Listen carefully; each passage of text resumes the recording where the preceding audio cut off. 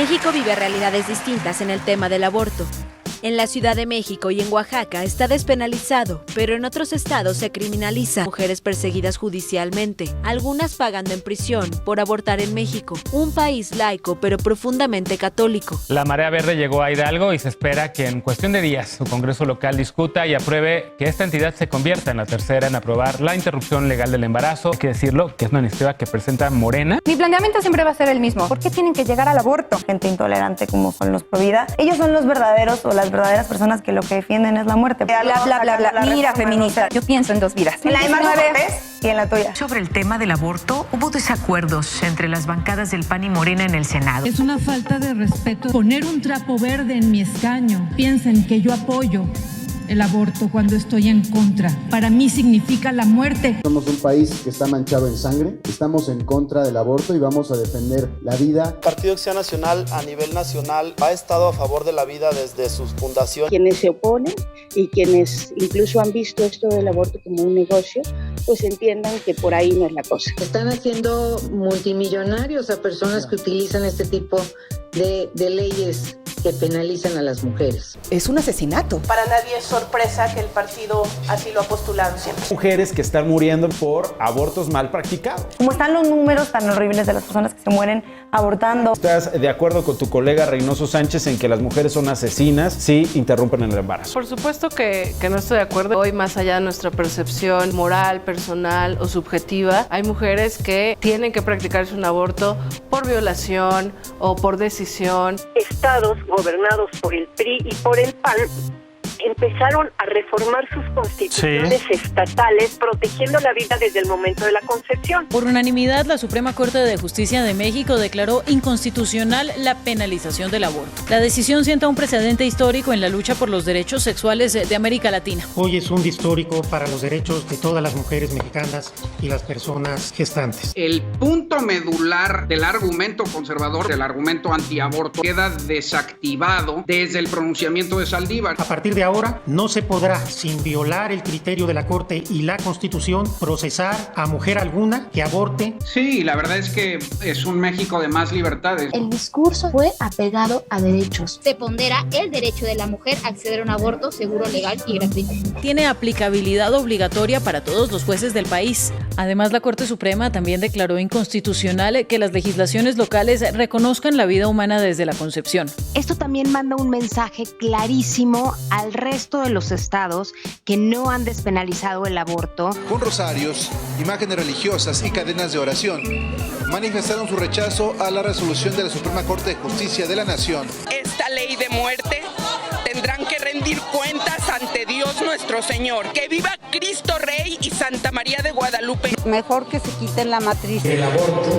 está legalizado y todo el mundo muy contentos. ¿Por qué no matamos a la mamá? Que tampoco va a servir para nada. Una mujer que aborta ya no sirve para nada, está hueca. ¿Cuáles serían los pasos ideales que deberían de tomar los congresos locales, quizás hasta el Congreso Federal? Derogar todos los tipos de abortos. Sin embargo, si esto no sucede, los jueces ya no pueden procesar a ninguna mujer o persona gestante por haber abortado. Es algo que reconoció la Suprema Corte, pero que en realidad es una lucha histórica de las mujeres. Se inicia una nueva ruta de libertad, de claridad, de dignidad y de respeto. Hola, muy buenas noches. Mi nombre es Jonathan Pérez. Bienvenidos a Aunque Usted No Lo Vea. Hoy vamos a tener, como lo vio ya en este primer informe, una primera mesa que quisiera que pudiéramos hablar de derechos.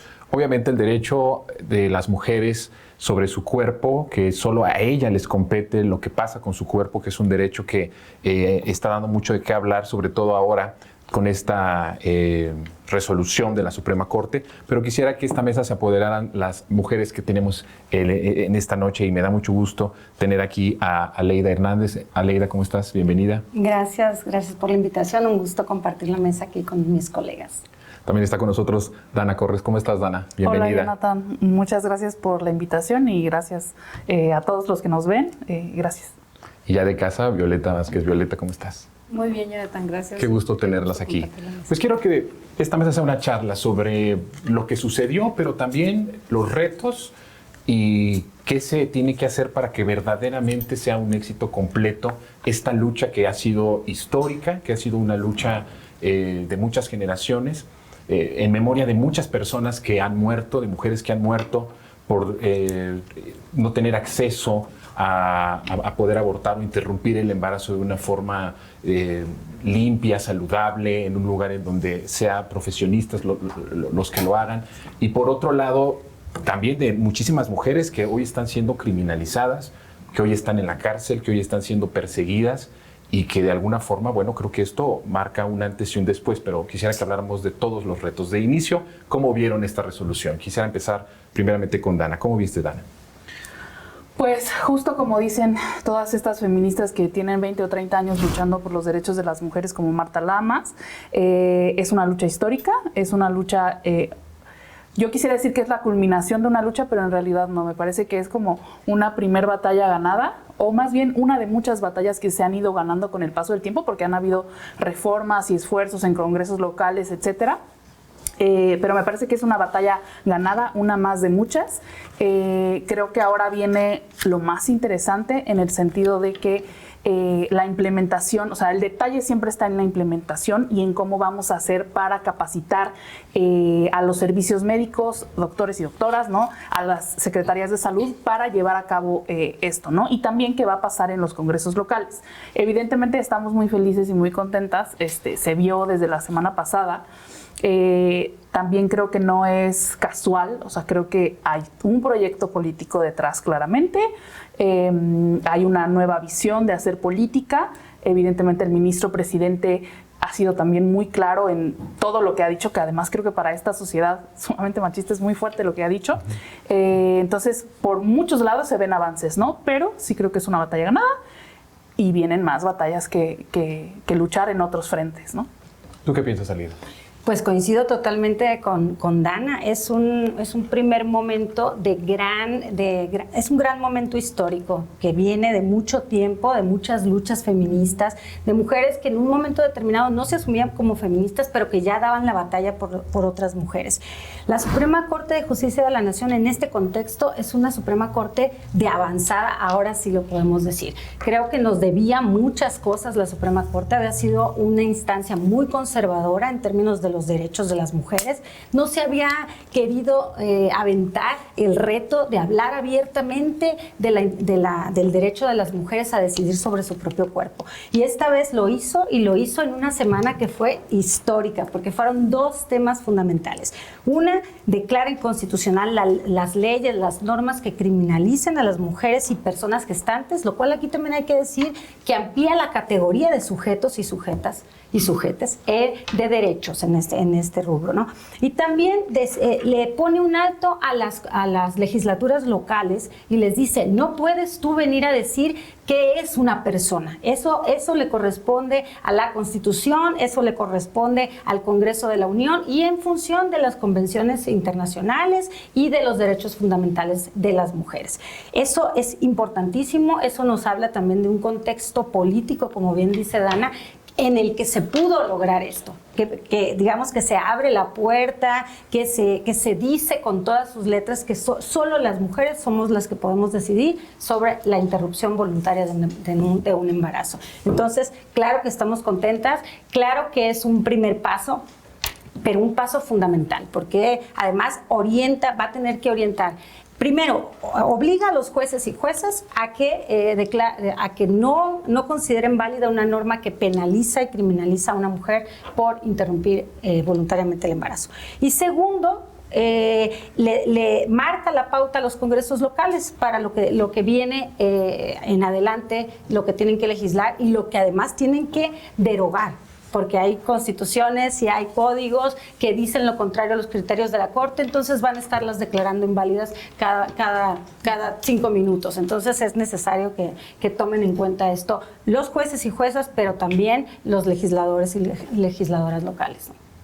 Violeta, para que no se esté dando eso de que cada 5 minutos estén ellos rectificando y no se lleve un proceso como tal de persecución, por ejemplo, de una mujer, ¿qué tiene que pasar en los estados concretamente y cómo ves esa parte para que por fin en todo el país ni siquiera haya como la duda de que si una mujer decide sobre su cuerpo la interrupción, lleve un proceso o inicie un proceso judicial? Bueno, a mí me gustaría retomar el tema más amplio y más interesante para todos, de cómo, más allá de las especificaciones legales, me parece que una pregunta obligada es ¿qué fue lo que pasó que permitió que esta resolución se tomara cuando esa controversia se había metido desde 2017? ¿Por qué? Digamos, tuvimos que esperar todos esos 4 años, ¿no? Porque, digamos, ya intentos ha habido antes, pero siempre había este tipo de reacciones, ¿no? Sí, desde la reforma del 2007 en la Ciudad de México, recuerden que también hubo una controversia se trató de declarar inconstitucional esa reforma, no se logró, afortunadamente, pero sí ha habido retrocesos, o sea, algunas reformas, por ejemplo, en Oaxaca en Chiapas en los 90s hubo una reforma también que permitía el aborto legal en el caso de violación o de que la salud de la madre estuviera en riesgo, y se echó para atrás con la ayuda de la Iglesia Católica. Entonces, la Iglesia Católica en este país ha sido siempre una fuerza activa en la lucha contra los derechos de la mujer, muy activa, ¿no? Entonces, una de las grandes cosas, de las grandes inercias que se vencieron ahorita fue el peso de la Iglesia Católica sobre las decisiones de Estado.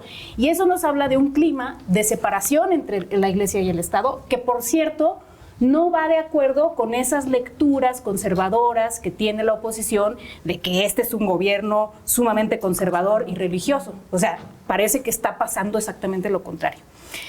En segundo lugar, me parece que la lucha de las feministas que mencionaba Dana, que tienen pues estrictamente desde el 72 haciendo foros públicos acerca del aborto, o sea, tuvieron que esperar 50 años para ver esto consumado,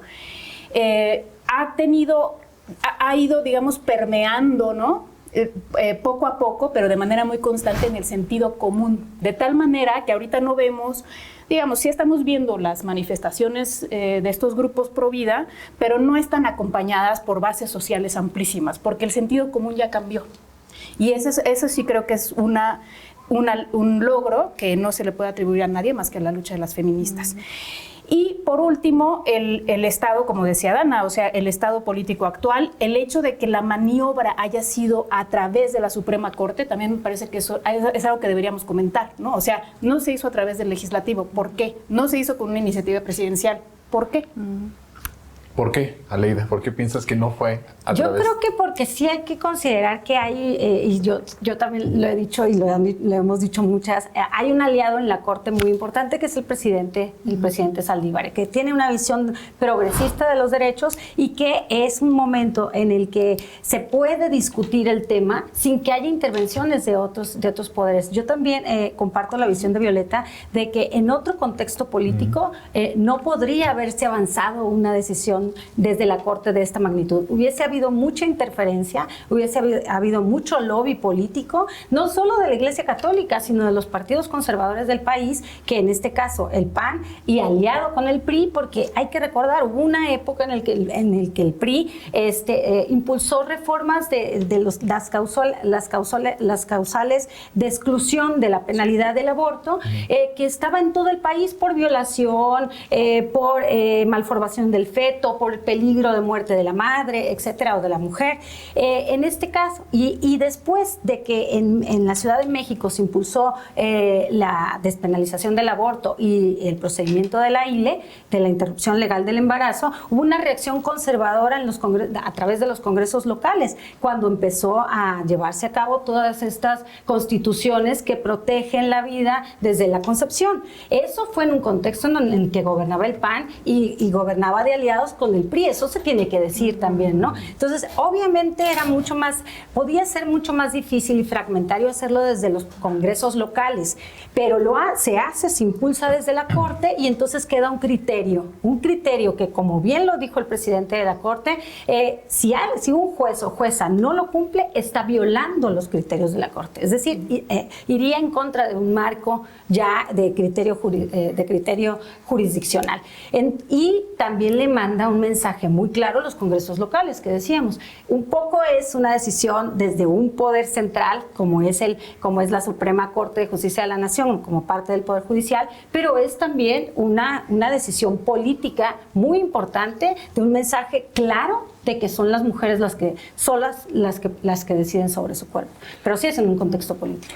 Y me parece además que, o sea, un poco abonando a lo que dice Violeta, hay como esta insistencia de algunas opiniones y de algunas corrientes de pintar a este gobierno como rupestre, como que no sabe negociar, conservador, inclusive al presidente, y lo que vimos habla, e inclusive creo que mucha gente ni siquiera se lo esperaba o estaba cierta en que eso iba a pasar, ¿no? Esto habla de que hay toda una serie de negociaciones detrás entre varios poderes, y que además seguramente hubo un análisis profundo de decir, ¿por dónde lo vamos a meter? ¿Lo vamos a meter por el Senado? ¿Lo vamos a meter por la Cámara de Diputados? ¿Por dónde lo vamos a meter? Sí, de darle una salida más rápida. Exacto. Y yo inclusive recuerdo que en 2018 algunas feministas discutían y decían, no, eso no va a pasar porque el gobierno es conservador y porque seguramente, y porque no hay mayoría, y porque entonces, y porque los de Morena están aliados con el PES, y entonces, o sea, había toda una serie de ideas que inclusive hoy, con las declaraciones del presidente esta semana, salieron muchas a decir, claro, es un conservador, pero hay detrás toda una serie de negociaciones. Es evidente, lo hablábamos con Violeta el otro día, es muy ingenuo creer que él no estuviera enterado de lo que iba a pasar, ¿no? Eso es importante, porque imagínense entonces el escenario, Violeta, de que hubiese sido Anaya o Margarita Zavala la presidenta, aún con Saldívar. ¿Tú crees que eso iba a ser un factor determinante para que no pasara por la Corte el que se autorizara, o el que más bien se declarara inconstitucional? Es un gran ejercicio de pensamiento, ¿no? Digo, ¿Qué es un ejercicio de terror, eso, sí, ¿no? Exacto, pero es que es tan claro que si hubiera sido Margarita o Anaya el presidente, o sea, por muy autónoma, digamos, por muy, sí, autónomos los que sean los poderes, por supuesto que eso jamás habría pasado, ¿no? Y también hay que reconocer una cosa, o sea, porque creo que sí tenemos que explicarnos ese mito del presidente conservador. La verdad es que México es un país sumamente católico, como dije hace rato, donde la Iglesia Católica sí tiene una fuerza muy, pues muy presente en muchas de estas cosas, y mucho dinero, y buenas campañas, etcétera. Contra eso se ha tenido que lidiar. La base social del obradorismo, siendo un movimiento tan amplio, la base social en muchos aspectos es socialmente conservadora. Gran parte de ella, no estoy diciendo que todos, o sea, creo que muchísimos no lo somos, pero sí hay un gran conservadurismo social en esa base, y el presidente nunca ha querido alienarlos, digamos, ¿sí? Por eso siempre sus declaraciones son, yo no opino, que opinen las mujeres, que se haga una consulta, siempre son evasivas, ¿sí? Tampoco son una defensa de la vida, ni mucho menos, que es algo que sí habría hecho Margarita Zavala, por ejemplo, ¿no? Entonces, pues lo hizo en la Cámara de Diputados, ya como diputada, diciendo que ellos defienden la vida, ¿no? Exactamente, porque pues, son los preceptos de su partido, ¿no? Pero me parece que así es como hay que leer a López Obrador, como alguien que, por supuesto, no es que no se puede manifestar a favor, como que querrían probablemente las compañeras más liberales, pero que nunca se ha manifestado en contra de la legalización del aborto. Y no ha intervenido en el proceso que tiene que seguir la Corte en el sentido contrario, pues. En sentido contrario, no sabemos si en sentido favorable, sí, o el solo hecho de no oponerse, eso también ha facilitado las cosas. Estamos entrando al momento ya de terminar la mesa, pero yo quisiera que tanto tú, Dana, como tú, Aleida, hago un planteamiento, pero no sé cómo ustedes lo vean.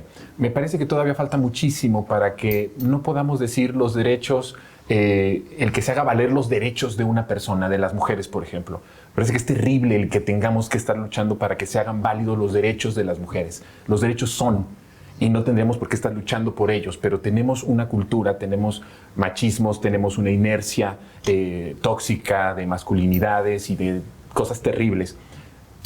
¿Cómo ves después de esta resolución hacia el futuro lo que venga para la lucha de las mujeres, para los derechos plenos de las mujeres en su cuerpo, pero en otras más? Porque esto solamente es una parte. Hay otras áreas que tienen que fortalecerse y que tienen que cambiar urgentemente. ¿Cómo ves esa parte? Pues todo un trabajo de desmantelamiento del status quo, del orden de género, de los estereotipos, de los roles asignados, pero me parece que en este momento podríamos hacer uso o aprovechar la coyuntura política e irnos con toda la marea, con todo, para que desde los congresos locales se legisle, se despenalice el aborto y avancemos, como aquí en la Ciudad de México y Oaxaca, que ya se llevan a cabo procedimientos de interrupción voluntaria del embarazo gratuito, seguro, en condiciones de higiene, etcétera, etcétera. Y luego además toda la capacitación que se tiene que dar en los servicios médicos, con los jueces y con las juezas, que no incorporen sus planteamientos morales personales, ¿no? Ellos tienen que acatar la ley, ellos tienen que acatar los criterios que está marcando la Suprema Corte de Justicia de la Nación y punto. Hay toda una ruta, una agenda que podemos ir estableciendo al respecto y que ya está, pero que podríamos aprovechar muy bien la coyuntura de este momento. Creo que además el Poder Legislativo a nivel federal podría hacer lo que hizo la Suprema Corte de Justicia de la Nación, tomar la batuta y aprovechar que otros poderes no están interviniendo en sus decisiones, o si intervienen, pues que haya las negociaciones que haya que dar, ¿no? Me parece que hay mucho trabajo en términos de capacitación, pero también de legislación y de impulso a la interrupción voluntaria del embarazo legal en condiciones seguras y de sanidad. Tana, ¿tú qué piensas sobre esto? Justo hay tres cosas que me gustaría mencionar. Primero, creo que una cosa que no hemos hablado es reconocer a todas las mujeres que están dentro de este proyecto llamado Cuarta Transformación y que también están empujando todo el tiempo, ¿no? Mujeres feministas de décadas de lucha que están trabajando dentro y que seguramente también formaron parte de la estrategia para empujar y para ver hacia dónde se iban para que esto sucediera, ¿no? Eso por una parte. Por otra, recordar que hace menos de 100 años, o sea, retomando tu pregunta, hace menos de 100 años las mujeres podemos votar y ser votadas, ¿no? Hace menos de 100 años se nos reconoce como ciudadanas. Hace menos de 100 años se nos empieza a reconocer como personas pensantes, inteligentes, capaces. O sea, en 100 años hemos logrado lo que no se había logrado en 2000, 3000, 4000 años, ¿no? Entonces, me parece que hay que voltear a ver un poco. Como feministas, recordar que la primera forma de propiedad fue el cuerpo de las mujeres y por eso vemos que el aborto es todo un tema, porque es una forma de controlar nuestros cuerpos, ¿no? Y de decir, no vas a ser libre de tu sexualidad y de tus decisiones, que era lo que mencionaba la ministra Norma Piña, ¿no? La semana pasada. Y por último, yo creo que sí voltear a ver dentro de esta misma estrategia qué va a pasar en los congresos locales, porque la mayor parte de las gubernaturas las ganó Morena. Tenemos muchas gobernadoras mujeres, ahora sí, por primera vez vamos a tener muchas gobernadoras mujeres y además la gran mayoría comprometidas con los derechos de las mujeres, que además militan en la izquierda, y vamos a tener en su mayoría congresos con mayoría, de Morena, ¿no? Entonces vamos a ver qué va a pasar. Yo estoy segura que vamos a empezar a ver muchas cosas en los congresos, como lo vimos en Oaxaca, como lo vimos en Ciudad de México y como lo vimos en Hidalgo. Creo que hay que voltear a ver a los secretarios de salud o secretarias de salud, si las hay, y a quien sea procurador, procuradora o fiscal, para entonces empezar también a hacer estrategia, no solo con los congresos, sino pues con las instituciones públicas y ver qué va a pasar, ¿no? En el caso de Hidalgo, por ejemplo, el secretario de Salud estaba bastante convencido, entonces para cuando el Congreso pasa la reforma a la Ley de Salud y al Código Penal, ya estaban puestísimos en Secretaría de Salud para sentarse con las expertas y empezar a trabajar en la capacitación. Y además una capacitación que en muchos casos ya tenían, porque las feministas ya venían desde hace años trabajando localmente, ¿no? Entonces, me parece que tendríamos que voltear a ver qué va a pasar allá y voltear a ver los estados donde ya ha pasado, como Oaxaca o Hidalgo. En 2 minutos, Violeta, esta parte de la lupa que se le tiene que dar a los congresos, a los fiscales, a los secretarios de salud, ¿cómo ves? Esa parte creo que también tiene que impulsarse desde la lucha feminista, desde las mujeres como sociedad, de ir dándole como pues un seguimiento a qué va a pasar en los congresos, en donde, bueno, si ya está Morena ahí con mayoría, pues tendrá que ser nada más como un requisito y que pase rápido, sin el mayor problema. Sin embargo, se tiene que checar y se tiene que vigilar esa parte. Sí, y no es nada más una labor de los colectivos y colectivas feministas que tienen que estar pendientes, también tendría que ser una labor institucional, ¿no? Ahora, no, el hecho de tener mayoría de Morena no siempre va a garantizar, lamentablemente, porque, pues, digamos, el conservadurismo es parte de ciertas culturas o de ciertas regiones que no tiene tanto que ver con el partido, ¿no? Pero yo lo que sí confío es que ese cambio, o sea, ese gran logro de las feministas que fue cambiar el sentido común, ¿no? Va a tener repercusiones a un plazo más o menos corto en todas estas legislaciones. Pues les agradezco a las tres que en verdad hayan estado con nosotros esta noche para hablar sobre este tema que me parece que es importantísimo para todos como sociedad, pero sobre todo es el triunfo de ustedes, de su lucha, de los movimientos, desde cada una de las trincheras, desde lo académico, desde el activismo, desde cada área, desde el ama de casa, desde lo que sea. Es un triunfo de ustedes, las mujeres, y eso hay que celebrarlo. Y sobre todo hoy, que es Día de la Independencia, ¿no? Es importantísimo el que también festejemos la independencia de las mujeres sobre su cuerpo. Pues nosotros vamos a ir a un informe y regresamos con la segunda mesa porque vamos a hablar del Fonden, así que no se vayan. Dicho fondo inició desde finales de los años 90 con el objetivo de ofrecer un apoyo económico a las labores de emergencia, rescate y reconstrucción de zonas perjudicadas por desastres naturales. Actualmente está a punto del desastre. Hoy el Fonden, al último día de agosto, tenía 4.911 millones de pesos en su cuenta. Pero solamente por los compromisos de los huracanes anteriores y de los sismos del 2017, tiene ya pasivos por más de 18.000 millones de pesos. De tal forma que la posición neta del Fonden es de menos 13.123 millones de pesos. Era un verdadero hoyo negro. Una caja chica en la cual se hacían grandes negocios. Un Fonden que servía para los intereses más oscuros de los gobernantes en el pasado. Hoy, en términos netos, no tiene recursos. Lo que tiene son deudas. Luego de la desaparición del Fondo de Desastres Naturales, el Fonden lanzaron una campaña para señalar que el gobierno no atiende a los afectados de deslaves, inundaciones y otros desastres. Desaparecer el Fondo de Desastres a mí me parece a ti una locura, a mí me parece criminal. Sin el Fonden volveríamos a ser un país reactivo. Retrocederíamos. Sí. Miren el Fonden, ahí va el Fonden. En los hechos ya no funcionaba el Fonden y no faltó el apoyo. Además, con eficacia y con honestidad. Esto de gobernar así es una locura. Ahora cada dependencia, cada secretaría hace lo que le corresponde. No deja de sorprenderme la insensibilidad del presidente ante estos desastres. El presidente López Obrador visitó la entidad para informar los apoyos que la Federación dará a la población afectada. El año pasado vimos cómo los habitantes de Tabasco en las inundaciones fueron abandonados a su suerte. El ejército mexicano continúa haciendo entrega de los enseres domésticos a las personas que fueron afectadas por las inundaciones del año pasado. Es falso que lo hayan querido acabar por un tema que tenga que ver con la corrupción. 71% del presupuesto del Fonden desaparecido sin ninguna suerte de pruebas para saber a dónde se fue. A mí me consta que en gobiernos pasados realmente era un fondo y un seguro donde cubría los daños que ocurridos después de una catástrofe natural. La capital del país no ha recibido recursos del Fonden. No ha llegado el Fonden. Hay casos desde 2014 que apenas están siendo atendidos este 2017. Pasaban muchas manos y al final no le llegaba nada a las comunidades que lo necesitaban. Hoy, la ayuda la reciben directamente las familias afectadas, sin intermediarios. Yo no he visto pruebas tangibles de que realmente es una corrupción.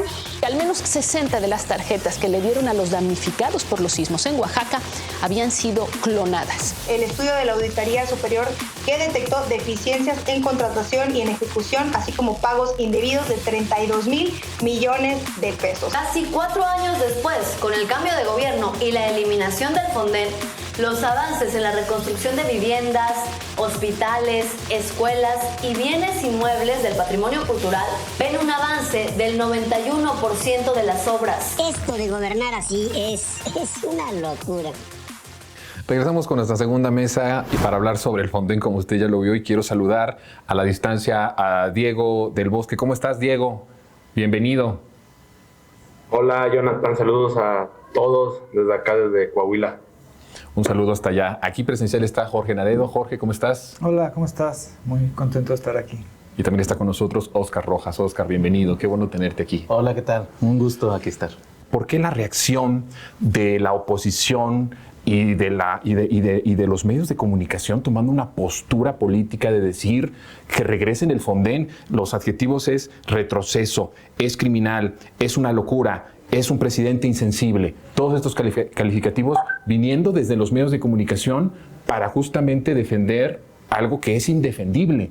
Indefendible que un proceso para poder dar o dotar a los que estaban desprotegidos o a los que quedaron en desgracia, pues no tuvieran esos recursos y se perdieran en los bolsillos de quién sabe cuántas personas, ¿no? Exactamente. Sí, como bien dices, toda esta estructura de neoliberalismo fue una ingeniería para utilizar todos estos vías, estos recursos para el desvío, ¿no? Es decir, fue un robo a despoblado y por supuesto que la reacción va a ser tremenda porque se inscribe en toda esta lógica de generar esta sensación de que todo es una catástrofe, de que no hay criterios, de que todo se está desmoronando y por supuesto que le han echado muchas ganas a toda esta parte de los fideicomisos y el Fonden es uno de ellos en específico, donde sí se ha visto que le han acelerado a toda esta campaña, porque es una campaña. Y bueno, lo que diría de principio es, como dice un dicho popular,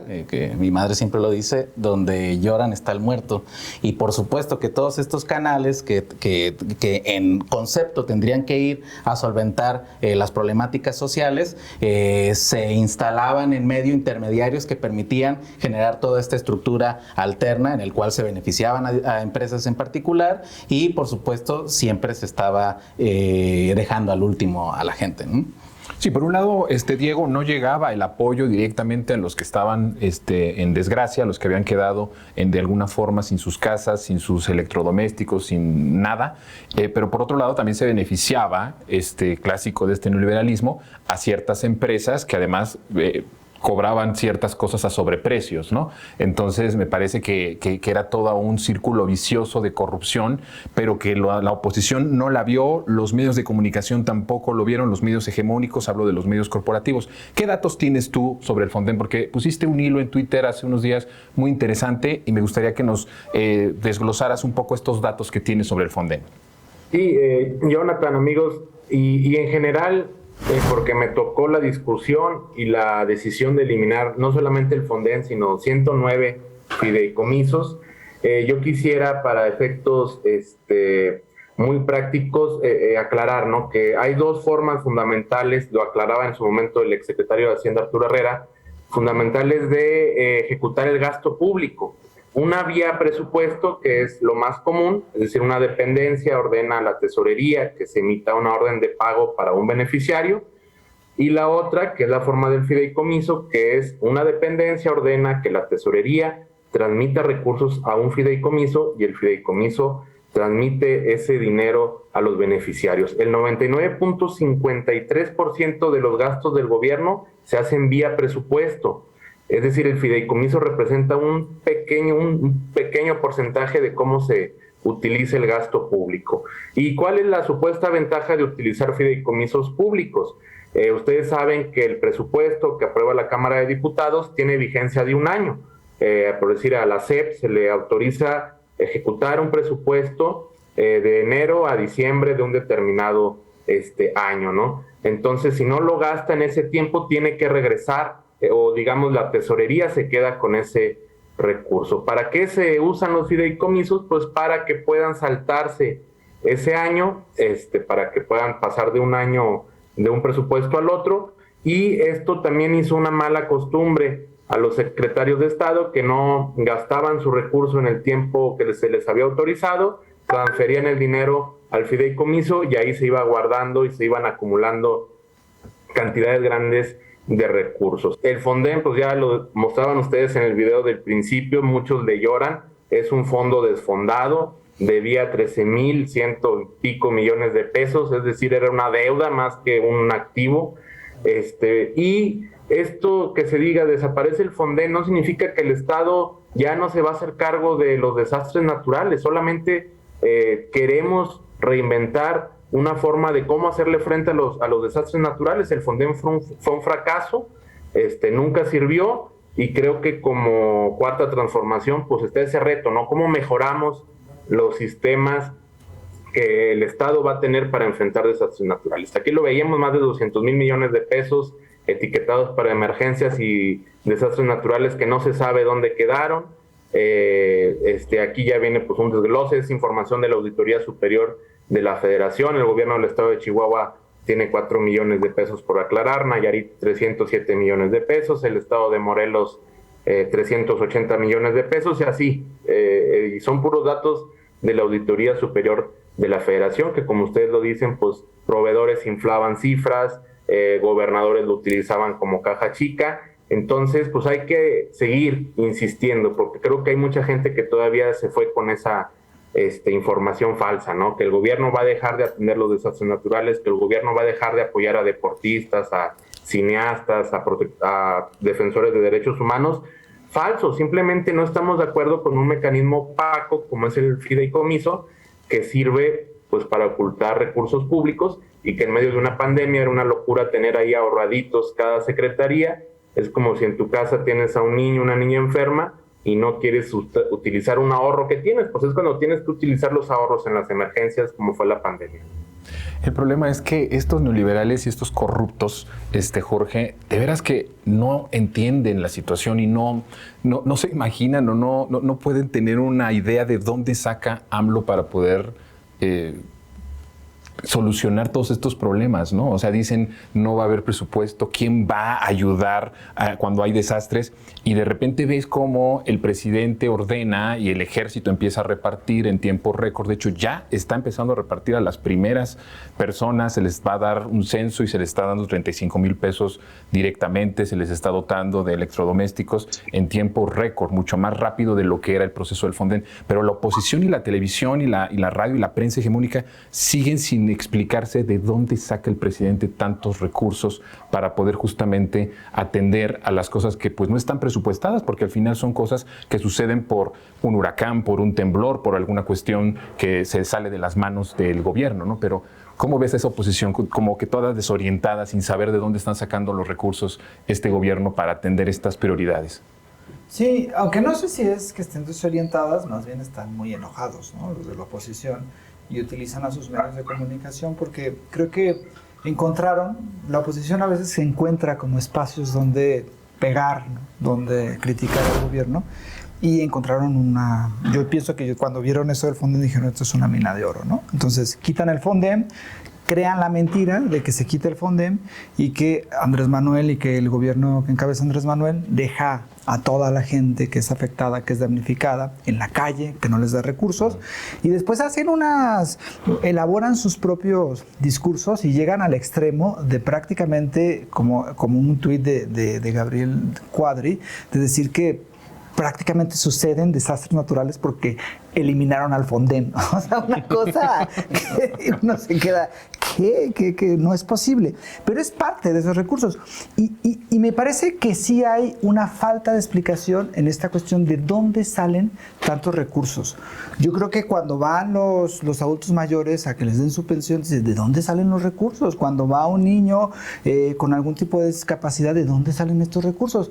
Y todos yo creo que se preguntan, ¿de dónde salen los recursos para comprar vacunas sin haber pedido un peso de deuda? ¿De dónde sacan los recursos para sanear a Pemex? ¿De dónde sacan los recursos para ver estas imágenes que son impactantes de los militares, de la gente que va a repartir? Y es una cuestión que tiene que ver con eficacia y que tiene que ver con austeridad. 1.400.000 pesos se han ahorrado en lo que va de sexenio. Todos estos recursos que se iba en la corrupción, porque el Fonden era eso. Imagínate que había empresas que nada más estaban detectando dónde había un desastre y ¡pum!, iban directamente, hacían las llamadas con las personas indicadas. Empresas que prestaban un supuesto servicio que no eran eficientes. Ahora es eficiente, pues lo que decía Félix de Con, pues ¿quién va a hacer una carretera? Pues la Secretaría de Comunicaciones y Transportes, ¿no? ¿Quién va a hacer un hospital? Pues la Secretaría de Salud. O sea, es absurdo. O sea, y sus ¿cómo se llama? Sus discursos llegan a lo risible. La cuestión es que se lo creen y que todavía tienen como decía Diego, un impacto en la gente, porque nos ha explicado que es muchísimo más eficiente cómo se está atendiendo a los damnificados en este momento a cómo se atendieron. Y tiene que ver con la eficacia, con la justicia y con los derechos de los damnificados, de las personas que han sido afectadas por algún evento natural, y tiene que ver con la eficacia y con el corte a la corrupción, que ese es un elemento importantísimo. Era un círculo vicioso entonces, Oscar, toda esta parte de justamente la manera en la que el gobierno tenía que responder para una necesidad. Como decía Jorge, el crear todas, veían la oportunidad de hacer un negocio, era impresionante, veían la oportunidad de desviar recursos económicos y lo disfrazaban de algo bueno. No dudo que pudo haber sido bueno en algunas cosas, o a algunos les llegó tal vez algunas cosas, pero no como debió de haber sido. Es como un círculo perverso, ¿no? Esta utilización de la desgracia, esta utilización de este tipo de cuestiones que suceden por la naturaleza y ocupar pues sí, la ruina de las personas para hacer negocio, estar pensando solo en eso. Este sistema corrupto funcionaba o tenía esa lógica, ¿no? Exacto, o sea, fue desfondarnos de ética en el uso de los recursos públicos, y además esto que se mencionaba, la austeridad republicana.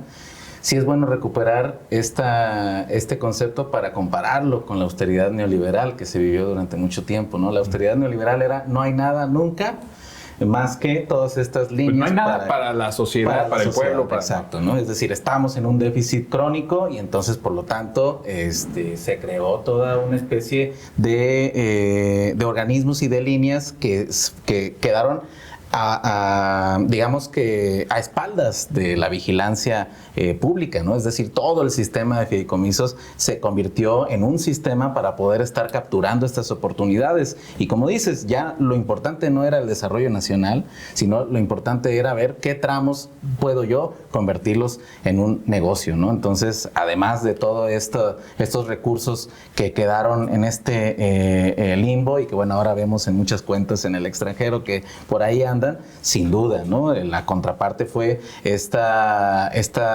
condición ética, o mejor dicho, esta condición no ética política, en el cual se veía a la Tesorería de la Federación como digamos como una gran bolsa, y se generó toda esta ingeniería de ver por qué canales poder lograr hacerse de esos recursos, ¿no? Por eso nunca había nada. Este dato que mencionas, Jorge, el de 1.400.000, pues claro, pues ¿dónde estaban todos esos recursos? Estaban ahí en todas estas bolsas opacas, ¿no? Todavía es una ingeniería que hay que develar. Creo que se aprovecha mucho actualmente de la confusión que hay sobre lo que es un fideicomiso, sobre lo que es una línea presupuestal, cuáles son los mecanismos particulares de uno u otro, y sobre todo también vemos que se va aprovechando también con estos temas que parecieran siempre, pues por supuesto, encomiables, ¿no? Como los damnificados o el asunto del deporte. Es decir, esa ya es la lógica, ¿no? Busquemos con qué podemos pervertir este tema, que es un asunto técnico,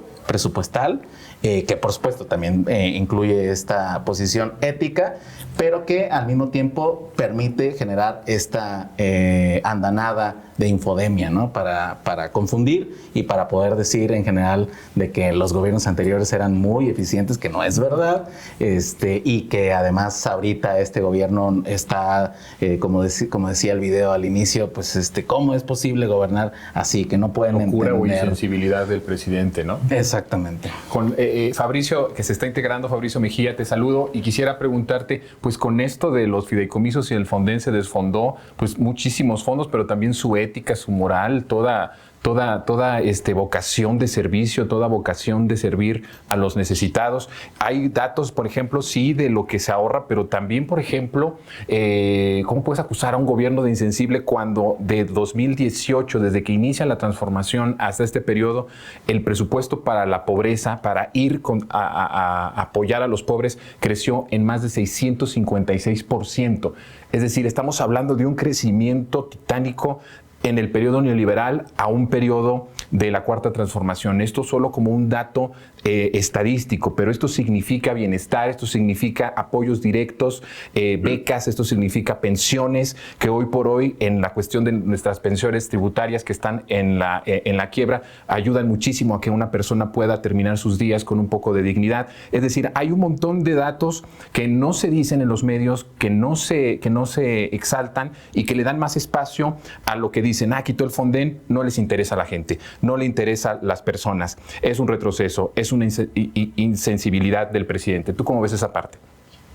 No, bueno, también la memoria, ¿no? En el 2001, pretextando el huracán Isidor, se comenzó a investigar por parte de una organización civil, Fundar, las anomalías que existían de parte de la subsecretaria de Gobernación en esa época, Carmen Segura Rangel, en el desvío de fondos del Fonden. Al final acabaron cerca de los 500 millones de pesos que se desviaron con adjudicaciones directas a estados que no habían sido afectados por el huracán, a labores que no requerían algunas zonas donde había estado el huracán, y por supuesto en la compra a sobreprecios de colchones, de material de construcción, etcétera. Y la señora Carmen Segura Rangel fue inhabilitada 2 o 3 años después por estar metiéndole mano a el Fonden. Lo que quiero decir con esto, digamos, no tenemos memoria, digamos, de estas cosas que pasaron desapercibidas. Fueron denuncias de organizaciones civiles, como en este caso, el que lo denunció acabó siendo baleado en su casa por haberlo denunciado, y finalmente se le dio carpetazo, pero parece ser que tenemos una falta de memoria o quieren que tengamos una falta de memoria. Finalmente ahora la oposición dice, asemejan, ¿no? Cuando se quiere desaparecer un fideicomiso dedicado a la cultura, dicen que se desaparece la cultura. Cuando se quiere reformar al INE, dicen que se atenta contra la democracia. Y en el caso del Fondem es igual, como si el fondo, la propia existencia del fondo fuera que se terminan los recursos para las catástrofes y estas cosas, y no en realidad que se reformula su administración, porque estuvieron siempre llenas de anomalías, de desviaciones y de gastos de la corrupción de tantos sexenios. Diego, ¿cómo era la convivencia perversa en el periodo neoliberal entre los proveedores, los empresarios y el gobierno, que se llegó a chantajear estos proveedores de electrodomésticos al gobierno al decirles que si no les condonaban impuestos no iban a darles descuentos, por ejemplo, en sus productos? Es parte de una convivencia ya perversa entre el empresariado, entre ese poder económico que se está tratando de divorciar en este sexenio y el poder político, ¿no? Y de todas formas seguían a sobreprecio y de todas formas seguían desviando. Es decir, todo esto, ¿cómo se está solucionando desde el legislativo y desde esta Cuarta Transformación para el futuro? Sí, muy bien lo dices. El Estado estaba capturado por el poder económico y tenemos pues una clase empresarial completamente parasitaria, ¿no? Que cuando ellos gobernaron pues tenían completamente subsidiado, ¿no?, al poder económico, con subsidios directos o con este tipo de cosas como pues, sobreprecios, ¿no? Cosas infladas. Ahora el tema con MAVE, ¿no?, que condicionaba el apoyar con artículos electrodomésticos a cambio de la condonación de impuestos. Entonces creo que esto es el gran reto, ¿no?, de la Cuarta Transformación, llevar a cabo esa separación del poder político del poder económico. Creo que este tema de los fideicomisos en algunos sectores de la población sí hizo mella, sí se fueron con el discurso conservador, y aquí hay que seguir insistiendo, ¿no? Como decía Fabricio, que desaparezca el fondo para los deportistas no quiere decir que desaparecen los apoyos para los deportistas, que desaparezca el fideicomiso para el cine no quiere decir que desaparece el apoyo para los cineastas, que desaparezca el Fonden no quiere decir que el gobierno no se va a hacer cargo de los desastres naturales, ¿no? Entonces es importante insistir en estos temas. Yo siento, Oscar, que el Estado con la 4T vuelve a su papel de gobernar y constitucional. Su misión es la felicidad del pueblo, el tratar de que tenga seguridad alimentaria, seguridad en cuestiones físicas, en que no lo asalten, en que no lo secuestren. O sea, la misión toral del Estado vuelve a ser justamente del gobierno. Eso es lo que busca la gente, ¿no? El que haya respuestas rápido y que todo lo que se le vino abajo, todo lo que se destruyó, se recupere lo más pronto posible. Exactamente. Ese es el punto clave aquí. Volver a insistir que de lo que se trata la gran planeación económica es de la reproducción de la vida de la gente.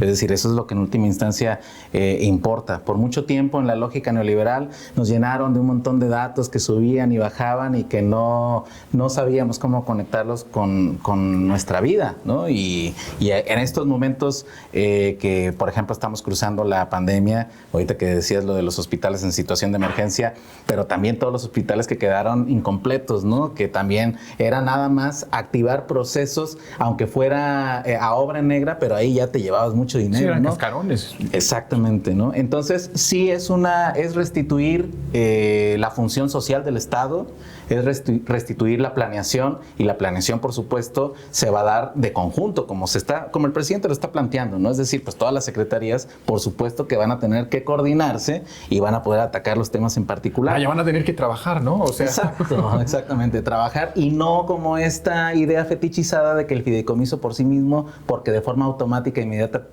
pueda sacar un monto de dinero ya.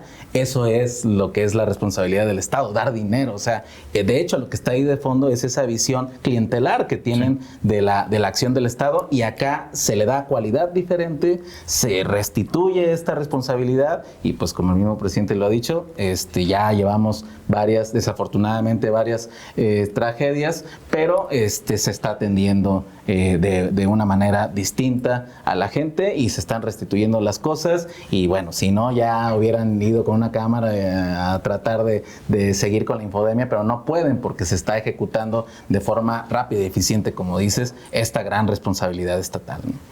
Para terminar, Fabricio, esta parte, por ejemplo, yo siento que el antiguo régimen o los políticos del antiguo régimen siguen pensando que la SEDATU es para hacer estafas maestras, o la Secretaría del Bienestar es para los desvíos millonarios que se hacían, ¿no? Por eso es que hay tanta reacción ante un cambio honesto y rápido de que esos recursos bajen a la población que lo está necesitando urgentemente. Sí, digamos que este discurso de decir que se desaparecen las funciones cuando desapareces el organismo o el nombre, que había el fideicomiso que había servido para empresas fachada, por ejemplo. También hubo muchísimos casos con las adjudicaciones precisamente de SEDATU, en el sexenio de Calderón y en el sexenio de Peña Nieto, donde se le compraban, no sé, 72 millones a una empresa de material de curación, por ejemplo, que resultó ser una oficina de 10 metros cuadrados con una secretaría de contadores.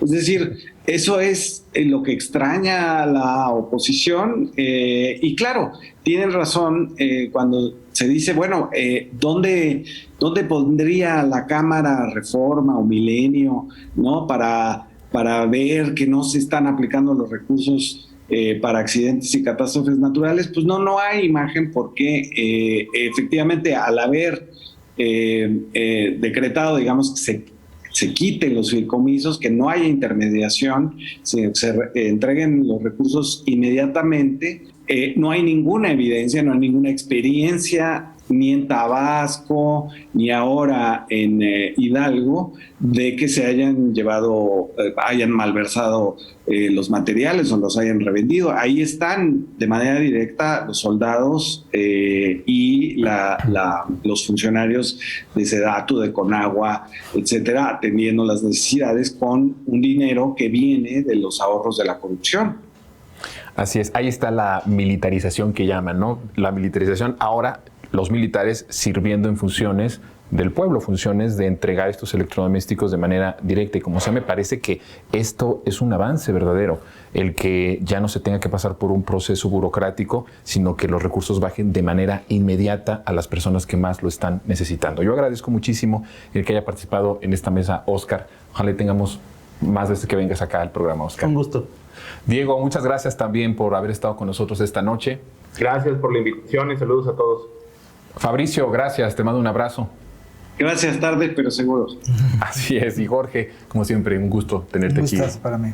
Nosotros nos vemos el próximo lunes a las 10 de la noche por Capital 21. Mi nombre es Jonathan Pérez, que esté muy bien.